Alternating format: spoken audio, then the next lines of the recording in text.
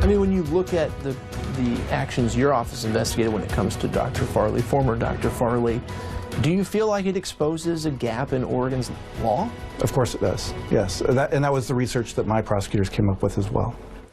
Tonight, a KATU investigation into Oregon law and the possible free pass from criminal charges some doctors may have, even in cases of misconduct. The loophole may be one reason a former West Linn doctor accused of abusing over 100 former patients has not faced criminal charges. Thanks for joining us for KATU News at 6, everybody. I'm Steve Dunn. And I'm Deborah Knapp. KATU investigator Wright Gazaway joins us with another development in this investigation, right? David Farley will never legally practice medicine in Oregon again. Some of his former patients say that's not good enough.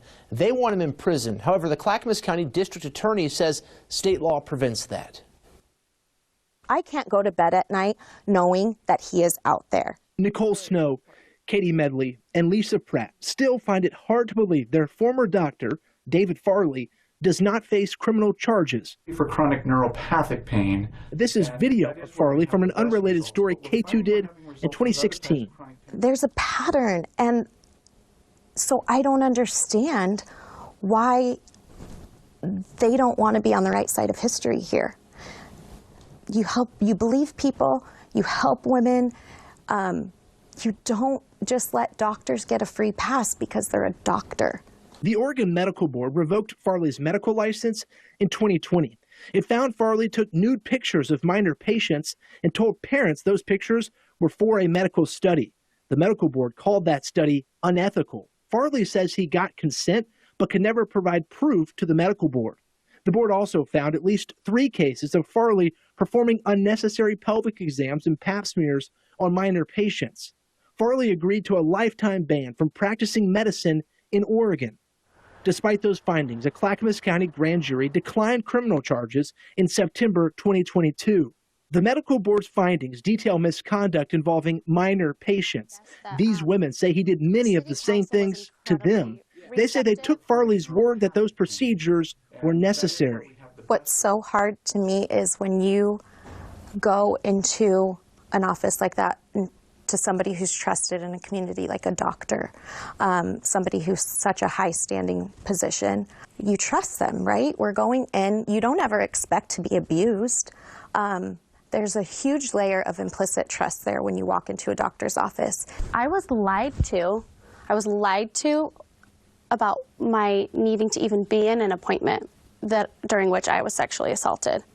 I didn't consent. That's not informed consent. Remember that the system is designed to protect those who are accused. Clackamas County District Attorney John Wentworth won't share the full list of charges his office or the grand jury considered. However, many laws in Oregon related to alleged sexual assault say a person is unable to give consent if they are, quote, physically helpless. State law says a person is physically helpless when, quote, a person is unconscious or for any other reason physically unable to communicate unwillingness to enact. These women are saying, we're not doctors. We don't know that we don't need this procedure. He's telling us we do. We'll take his word for it. Other states have interpreted that physically helpless, unconscious state as people not knowing better, not necessarily being asleep or unconscious in the literal sense. Did your office consider that these women are not professionals, therefore they can't really consent to behavior that they don't know anything about? Well, we don't have any case law to suggest that ignorance or misdirection makes a person physically helpless. That's what you're asking. There's no case law to support that. The statute doesn't support that. That's a challenge within the criminal law. In Oregon. In Oregon. Specifically. Wentworth says existing state laws make it too hard to prosecute Farley. A previous KATU News investigation outlined an exception in Oregon law for the crime of unlawful penetration if it is, quote, part of a medically recognized treatment or diagnostic procedure. It does not say anything about that procedure being medically necessary. Wentworth says that was a challenge when they looked at criminal charges for Farley's pelvic exams that the medical board outlined. The procedure itself is a medically recognized procedure. Whether or not it's a recommended procedure is a different issue. So in other words, since a pelvic exam is recognizable, if someone does that 12 times a year, even though you're not supposed to, because the other 11 times he does it for gratification or for whatever purposes, That, in your mind, is not criminal behavior. Was not my mind. Remember, we presented this evidence to the grand jury. The legal situation is different for doctors in other states. In Michigan, for example, where former Olympic doctor Larry Nassar pleaded guilty to criminal sexual conduct, the law goes much further. It says when the actor engages in the medical treatment or examination of the victim in a manner or for purposes that are medically recognized as unethical or unacceptable, the person is guilty of sexual battery.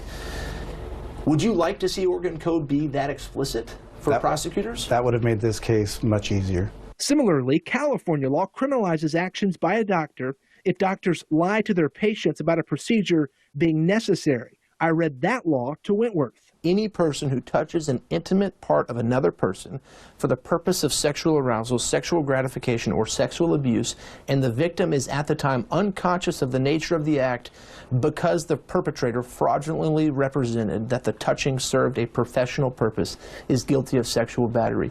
If that was the code in Oregon, do you believe there would be a crime here? I don't want to speculate on that because you have to develop that entire level of case law and understand legislative intent. I believe it would make it easier, though. So you would like to see the Oregon Code be that explicit? That would be wonderful.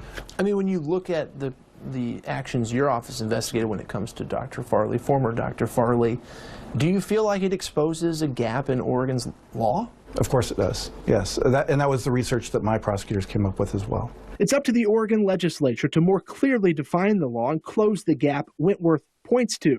Wentworth says he'll ask lawmakers to do so in the 2023 legislative session, which starts in mid-January.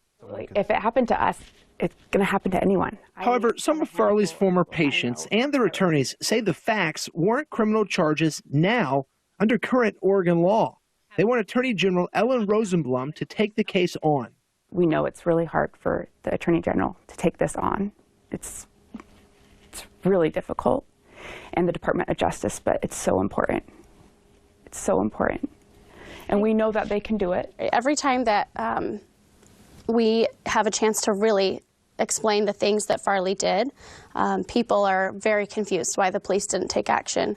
We can only hope that someone will step up and do the right thing and help us to put this man behind bars, because that's what we need. That's what needs to happen.